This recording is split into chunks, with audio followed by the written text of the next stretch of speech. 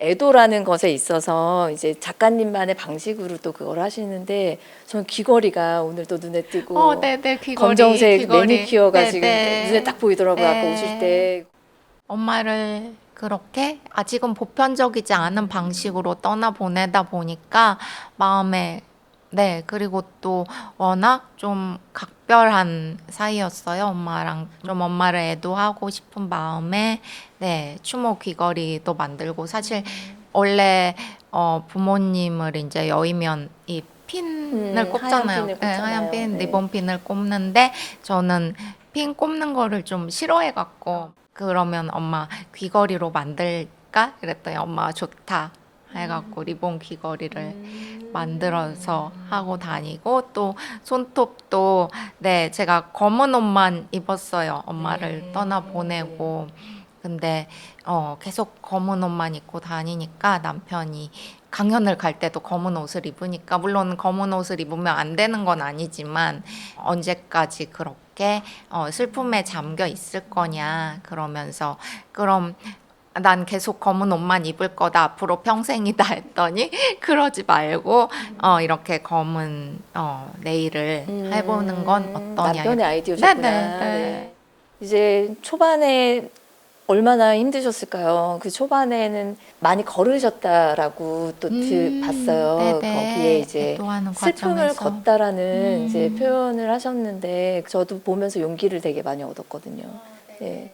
정말 비가 오면 비를 맞으면서 걷고 매일 걸었어요. 울면서 걸었어요. 엄마, 엄마 이렇게 하면서 울면서 걸었는데, 또 사람의 마음이라는 게 저쪽에서 다른 누가 걸어오면 약간 눈물이 이렇게 들어가더라. 네네. 그러다가 또 지나가면 엉엉 울고 이러면서 슬픔을 걷다라는 말을 생각했어요. 슬픔을 걷다는 이제 걸어가다는 의미도 있지만 빨래를 걷다처럼 걷어낸다는 의미도 있잖아요. 그래서 그냥 슬픔이라는 바닷속을 계속 헤치고 걸어 나갔던 것 같아요.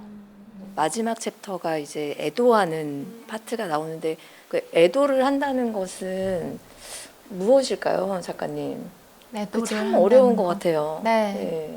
떠난 사람을 그리워하면서 그 사람이 내 안에 스며들어 있음을 느끼는 과정. 네.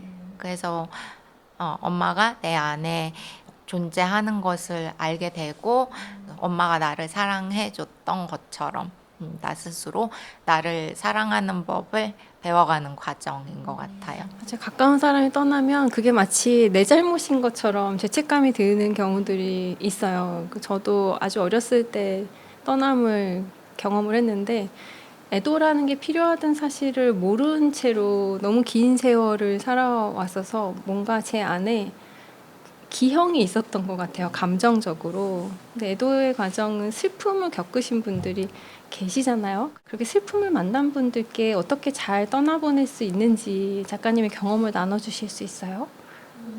네, 지금 어떤 가족들이 편찮으셔서 마지막을 함께 보내는 분들한테는 그 남은 시간을 정말 소중하게 여기시라 그런 말씀을 드리고 싶고요.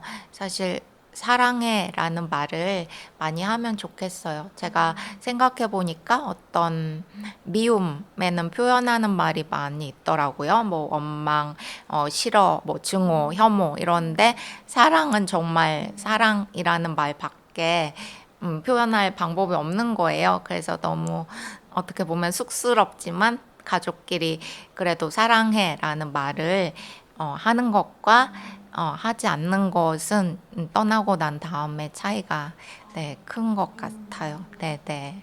마지막에 스위스에서도 다른 말이 아닌 사랑해라는 말을 엄청 많이 네, 하셨다고 맞아요. 하더라고요. 네. 예. 그때는 정말 나올 수 있는 얘기가 맞아요. 없을 것 네, 같아요. 완벽함이라는 것은 없죠. 살면서 아픔도 만나고 또 이렇게 이별도 만나고. 그런데 그때 잘 떠나보내는 법을 익힐 수 있으면 조금씩 더 담대할 수 있는 것 같아요. 시간이 필요한 일인 것 같아요. 그리고 슬픔이라는 게 우리는 그거 되게 부정적인 정서라 생각하잖아요. 근데 작가님도 뭐 여기서 말씀하셨지만 슬픔이라는 거는 희한하게 다른 감정이랑 같이 공존할 수 있다라는 얘기 하시잖아요.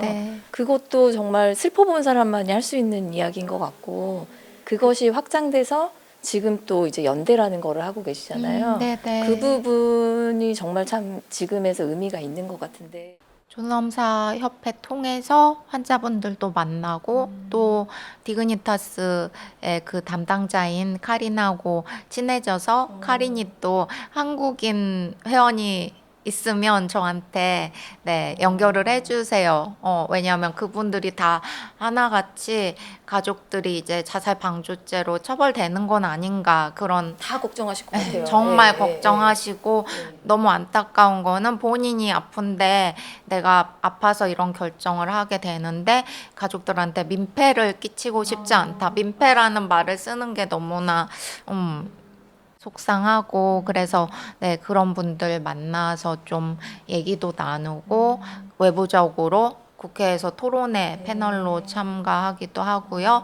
10월 말에 걷기 대회 하거든요. 작년에 저 네, 작년에 작가님도 네, 같이 가서 네. 교회도 가고 성당도 가고 절도 가서 다 네. 그래서 무력 존엄사법을 빨리 통과하자 이런 촉구하는 걷기 대회를 하기도 했고요. 11월에는 또 일본 도쿄에서 존엄사협회 컨퍼런스가 열려서 거기에 네, 연사로도 참가하게 됐어요. 개인적으로는 의사 선생님들, 변호사, 교수 이렇게 함께하는 공부 모임도 하고 있어요. 그러니까 단순히 이제 존엄사뿐만 아니라 책을 쓰면서 강연을 하게 되고 또 인터뷰를 많이 하면서 점점 더 이게 복잡하고 어려운 문제라는 걸 알게 되더라고요. 그래서 단순히 더 개인의 결정이나 네. 비난이나 칭찬받을 일이 아니라 그쵸. 사회적으로 함께 고민해야 되는 일이라서 그렇게 공부 모임도 하고 제가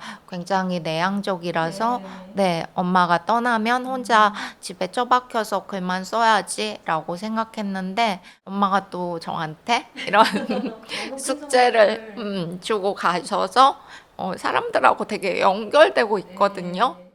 그것마저도 어머니께서 주시는 선물 같네요. 내 딸이 원래 그래서 작가님이 글만 쓰는 게 싫어. 관계 맺기 그치. 힘든 성격이셨대요. 네네 맞아요 굉장히 근데 며칠 전이에요 그 아내분이 조력 사망을 디그니타스에서 하셨는데 제 책을 읽고 결정하셨다고 메일을 주셨더라고요 그래서 블루하우스 안에 혼자 그 아내를 떠나 보내니까 또 저는 이제 아빠랑 같이 있었는데 그 혼자 보내는 마음이 또 그렇게 힘들다고 하시더라고요. 그래서 제가 그럼 괜찮으면 저희 만날까요? 해서 만나서 3시간이나 이야기를 나누고 그분이 그래서 저한테 굉장히 적극적이고 외향적인 줄 알았다 이렇게 말씀하셔서 되게 그래 내가 변하고 있구나.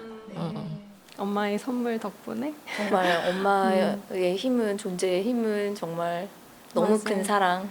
근데 죽음에 대해서 스스로 자기가 죽음을 결정한다라고 하면 경솔한 결정이라고 생각하는 분위기도 있는 것 같아요. 근데 하지만 우리는 죽음을 생각할 때 오늘을 더 열심히 살게 되지 않나요? 네, 맞습니다. 죽음과 삶이 어떤 단절이 아니라 사실은 삶의 마지막 챕터잖아요. 그래서 우리가 우리 삶의 결말을 미리 상상해 보는 것. 물론 죽음이 그 모습 그대로 찾아오지는 않겠지만 않을 수도 있지만 상상해 보는 것만으로도 삶의 소중함을 더 깨달을 수 있는 것 같아요. 근데 사랑은 정말 참 신기해요. 나만 생각하면 안 하고 싶고 포기하고 싶고 힘들어서 보고 싶지 않은데 그 사랑을 생각하면 엄마가 너는 이런 일을 했으면 좋겠어 라고 하셨던 그 이야기 때문에 어떻게 보면 작가님도 계속 우리 눈물이 나면서 네네네. 계속 앞으로 나아가게 하는 힘이 되기도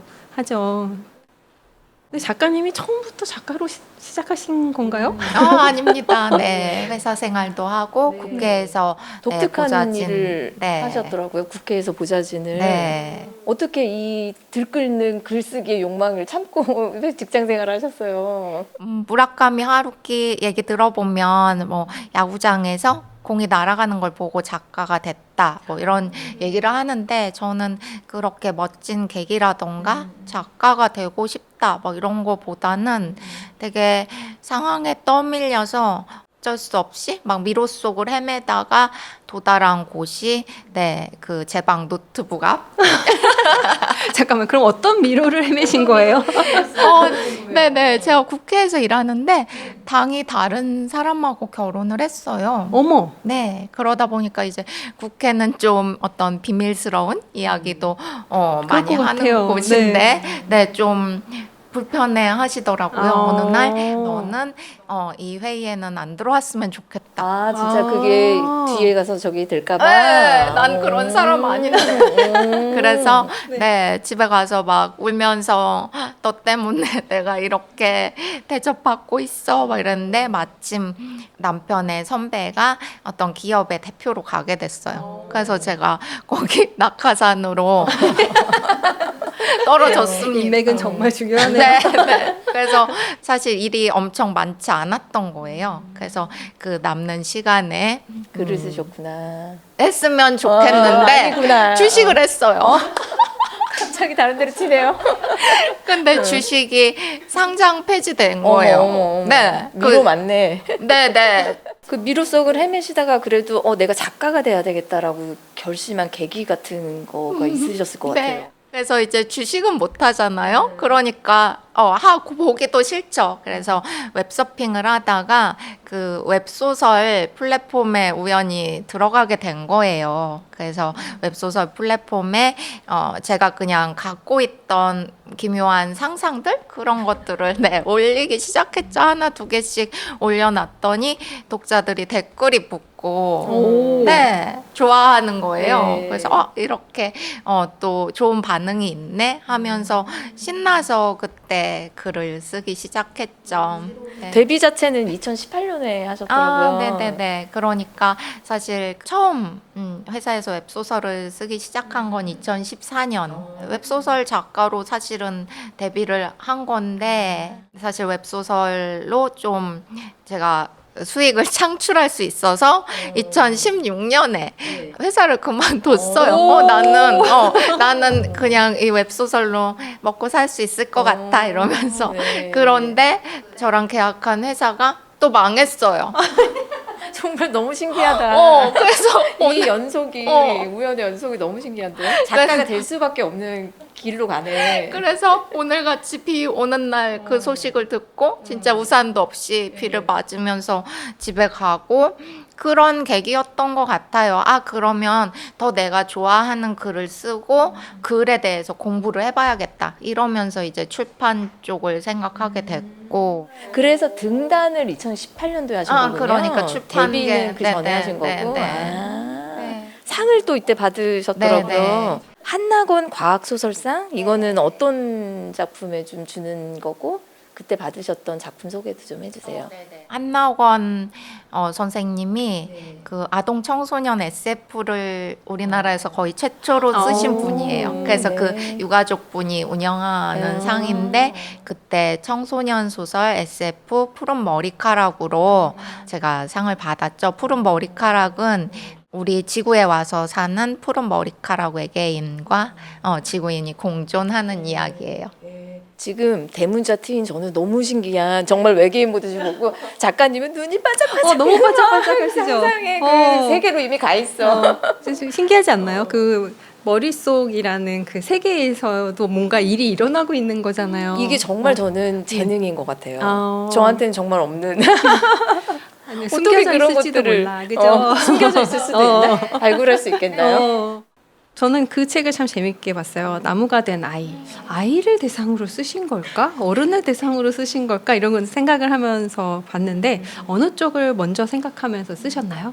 청소년 소설로 상을 받으면서 그 아동 청소년 문학이 하나로 엮여 있어서 종합 청탁을 받는 거예요. 근데 제 안에 동심은 사라졌다 이렇게 생각하고 있었는데 어쩌지 하면서 되게 찾아보니까 제가 알고 있는 어린이는 저밖에 없더라고요. 저의 어린 시절. 그래서 저의 어린 시절로 돌아가서 사실은 어린이를 위해서 동화를 써야 하는데 저를 위해서 썼어요. 네. 좀 어울리지 못했던 그런 어린 시절들, 학교에 적응하지 못하고 그랬던 시절들을 생각하면서 동화를 쓰고 되게 과거의 내 자신과 화해할 수 있었어요. 작가님은 어떤 어린이였는데요? 나 이상한 어린이? 이상하고 기묘한 상상을 많이 하는 어린이. 네. 그래서 친구들이 항상 넌 이상하다, 넌 외계인이다 이런 말을 많이 했고요. 그리고 4차원? 근데 거의 뭐 아니야, 쟨 4차원이 아니라 7차원이잖아. 막 이렇게 다른 사람과 다른 시각으로 세상을 세상을 바라보고. 바라보게 되니까 네. 네. 21세기형 인재였네요. 그때 이제 저한테 너는 이상한 게 아니고 특별한 거야 라고 말해 주셨던 분이 우리 엄마. 어머니가 또 그게 밑거름이 되셔서 무럭무럭 잘하셨구나. 네, 맞아요. 네. 제가 어떤 범죄를 저지르지 않고 반듯하게 잘할 수 있었던 건 다 엄마 덕분이에요. 지금까지도 또 갈 길을 밝혀주고 계시니까 맞아요. 정말 감사한 어머니시네요. 네. 작가님의 초기 단편 소설 중에서 로이 서비스라는 게 있어요. 저 진짜 특이하게 읽었는데 어떤 내용인지 좀 설명해 주세요. 세상을 떠난 고인하고 똑같이 생긴 안드로이드를 만들어서 6개월간 함께 지내면서 남은 애도를 할 수 있는 그런 프리미엄 장르 서비스. 프리미엄 장르 네네네. 서비스. 왜냐하면 그 안드로이드를 하려면 굉장히 좀 가격이 비싸고 조금 더 저렴한 홀로그램이라던가 이런 서비스도 있거든요. 네. 근데 그때 2019년이었던 것 같아요. 네. 그때 작가님께서 나는 합리적인 사람이니까 절대 신청하지 않을 것이다 라고 인터뷰를 하셨는데요. 지금은 이별을 겪으셨잖아요. 근데 만약에 지금 현실에 이런 서비스가 있다고 하면 하실 건가요? 안 하실 건가요? 작가님은요? 로이 서비스를 신청하실까요? 저는 할 것 같아요. 음. 너무 그리울 것 같아요. 저는 강연을 다니다 보면 이 로이 서비스를 읽은 분들의 반응이 두 가지로 나뉘어요. 약간 상실을 겪지 않은 분들은 하겠다고 하고 이미 겪은 분들이 오히려 안 하겠다고 하시는 거예요. 왜냐하면 두 번을 겪어야 되니까. 애도의 과정을 또 겪어야 될 것 같아서 힘들다. 그런데 저는 신청하고 싶어요. 사실 이 소설을 쓰면서 이미 나는 신청하고 싶은 사람이 아니었을까? 왜냐하면 결말 부분에 이 로이 서비스의 로이라고 부르는데 그 안드로이드를 로이는 할아버지가 아니지만 그래도 할아버지니까 이렇게 썼거든요. 물론 안드로이드는 엄마가 아니지만 그래도 엄마의 부분을 조금 갖고 있는 그런 존재일 거니까 신청할 것 같아요. 신청하고 싶으신 분들 많으실걸요? 실제로 그 요새는 약간 AI 영상으로 예, 예. 그쵸. 고인하고 이야기할 수 고인하고, 있는 네. 그런 서비스는 맞아, 있는 맞아. 걸 보니까 네. 곧 나올 것 같아요. 애도도 이제 첨단으로 할 수 있는 그만큼 인간이 불완전하고 서툴다는 말이겠죠.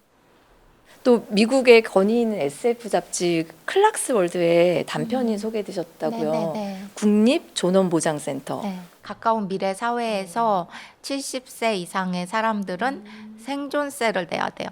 살아있는 것에 대한 세금을 내야 생존세에서 됩니다. 재밌었어.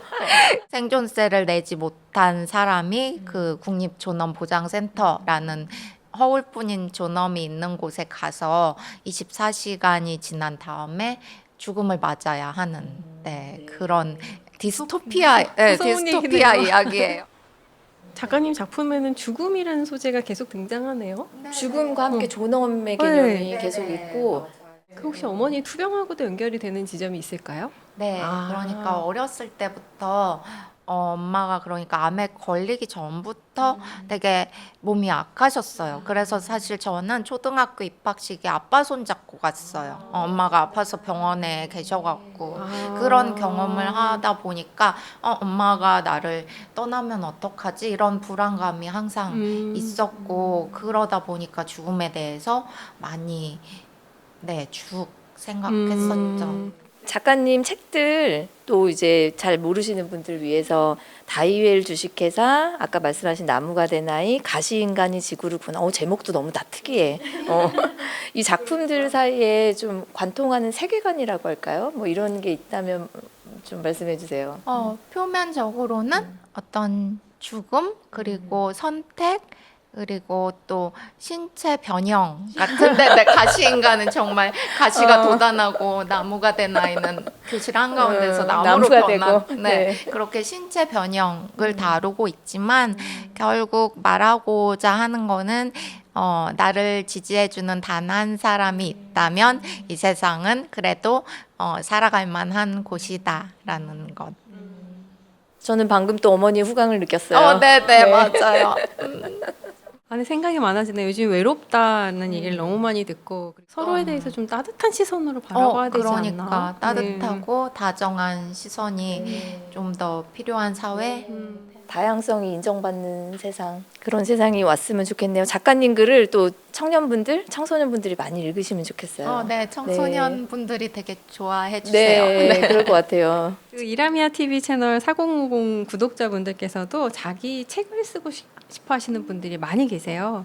그러면 한 권의 책으로 쓸 수 있겠다라는 그 이야기가 작가님 기준으로 어떤 선별 기준이 있으세요? 이 책은 한 권의 책이 되겠다, 안 되겠다, 이런 기준이라고 할까요? 각자 어떤 소재가 찾아올 거잖아요. 자기 안에 있던 얘기든 아니면은 밖에 뉴스를 보고 나는 저 얘기와 관련돼서 쓰고 싶다. 그런 것들이 생겨났을 때 그 소재가 나의 어떤 지점과 공명해서 나를 울림을 줬는지 그 부분을 되게 깊이 파고 들어가야 될 것 같아요. 그 부분을 깊이 파고 들어가면은 저는 사실 어떤 소재든 이야기 한 권의 책이 될 수 있다고 믿는 편이고요.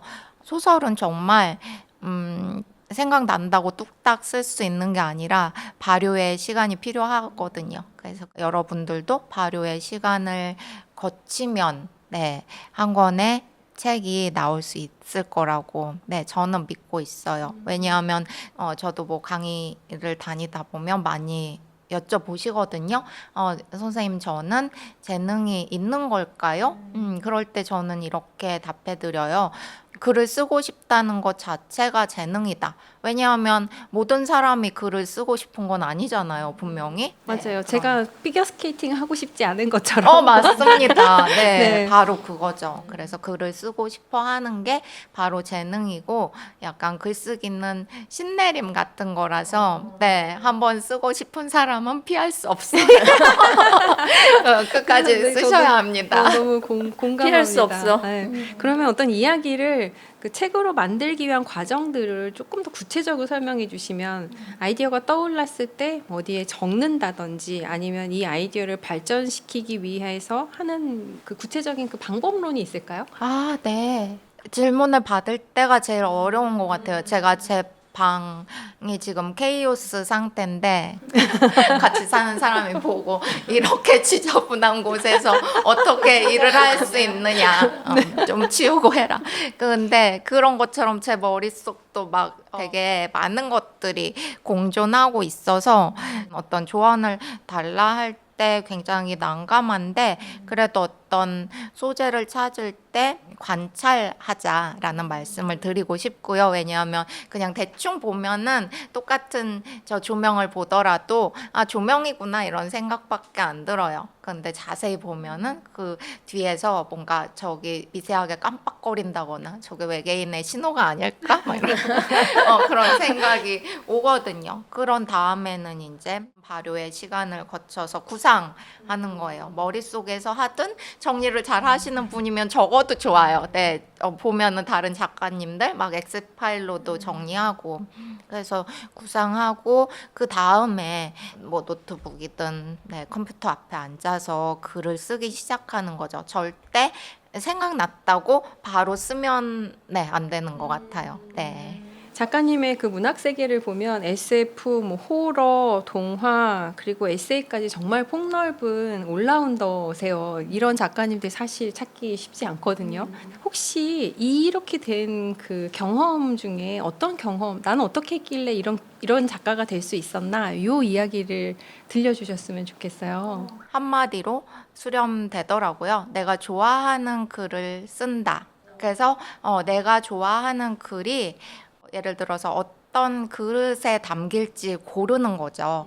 한식과 어떤 중식, 일식 다 그릇이 다르잖아요. 요리를 하다 보면. 재료는 그래서 같은데, 네, 그죠? 네, 네. 그래서 같은 소재라도 어떤 거는 동화로 써야겠다라는 생각이 들고 어떤 건 또 이건 SF, 호러 이렇게 딱 그릇이 정해지는 것 같아요. 그래서 저는 그냥 제가 좋아하는 이야기를 어떤 장르에 표현할까 생각하는데 예전에 한 선배님이 그러더라고요. 한 우물만 파야지. 이도 저도 아니다. 그래서 우물도 그냥 여러 개 같이 조금씩 파다 보면은 다 대통합이 된다. 다 물이 나오지 않을까? 어. 각자의 물 분산 투자처럼. 음. 그래서 지금은 저를 좋아하는 뭐 독자님들이나 편집자님들은 스펙트럼이 넓은 작가다 그렇게 말씀해 주시죠. 어떻게 보면 작가라는 큰 우물을 파고 계신 거 네네, 아닐까요? 그렇네요. 네.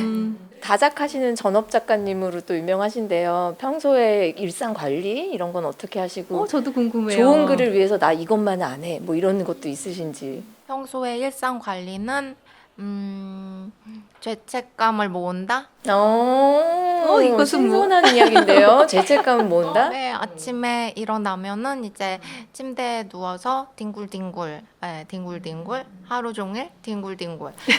그래서 제 알람을 2-3시간마다 맞춰놨어요. 아까도 사실 촬영 시작하고 알람 울리면 어떡하지 막 생각했는데 네, 알람을 2-3시간마다 맞춰놔요. 그게 글 쓰라는 압박이거든요. 네, 근데 이제 버티고 버텨서 8시쯤 되면 나 진짜 써야 되는데 이렇게 생각하거든요.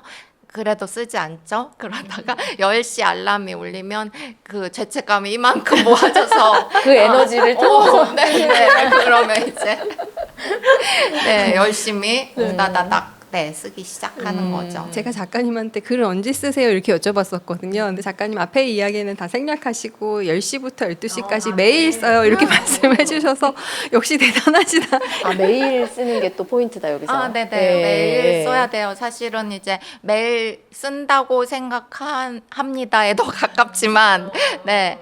매일 써야 되는 이유가 우리가 그래서 멀어지기가 너무 쉽거든요. 나 행사 다녀왔으니까 오늘 좀 쉬어야 돼. 뭐 오늘 뭐 했으니까 오늘은 좀 건너뛰어야겠다. 그러면 이제 하루 이틀 안 쓰다 보면 나와 글은 굉장히 멀어지는 거예요. 그래서 매일 쓰는 습관, 한두 문장이라도 써라 이렇게 말씀드리는데 사실 한두 문장으로 끝나지 않거든요. 네. 책을 쓰시고 싶으면 매일 쓰셔야 되네요. 그래서 작가님들 유명하신 분들 말씀 들어보면 다 새벽이든 뭐 밤이든 매일매일 쓰신다고 규칙적으로 그 말씀은 꼭 하시는 것 같더라고요. 그렇게 말하겠죠. 역시 여기서도 다른 포인트가 있었어. 고지고대로 믿으면 보면 안 돼. 이거는 절대 안 해. 뭐 이런 금기 같은 것도 있으세요? 네. 미리 뭐를 쓰겠다라고 말하지 않아요. 약간 징크스 같은 건데 미리 뭐를 나 이런 거 쓰고 있어. 처음에 그런 말들을 한 작품들이 지금 되게 난항을 겪고 있거든요. 미리 비밀을 밝혀서 그런가 보다. 그래서 그죠? 왜 그럴까 막 해봤는데 이게 숙성되기 전에 나오는 뚜껑을 거랑 열어본 맞아, 거잖아요. 맞아. 그래서 그런 것 같아요. 다음 질문 하면 안 되겠다. 다음에 뭐 쓰세요? 요즘에 뭐 쓰세요? 이런 거 여쭤보려고 했는데 물어보면 안 되겠네요. 다음에 못 쓰는 건 비밀이지만 네. 하반기에 나올 네. 거는 책이 있으시죠. 네네 그 외계인의 지구 적응기 제 에세이 그 좌충우돌 어린 시절을 담은 에세이예요. 그래서 제가 남과 다른 제가 어떻게 이 지구에 적응을 해나갔나 그런 얘기들이 담겨 있습니다. 많은 사람들한테 용기를 줄 것 같아요. 네. 진짜. 재미있을 것 같아요. 그랬으면 네, 좋겠어요. 네. 작가님 또 전공도 철학을 하셨고 워낙에 삶과 죽음, 존엄 이런 깊은 주제들을 갖고 있으시다 보니까 작가님한테 뭐 성찰한다는 거는 뭔지 또 글 쓰신다는 거는 어떤 작업인지 궁금해요.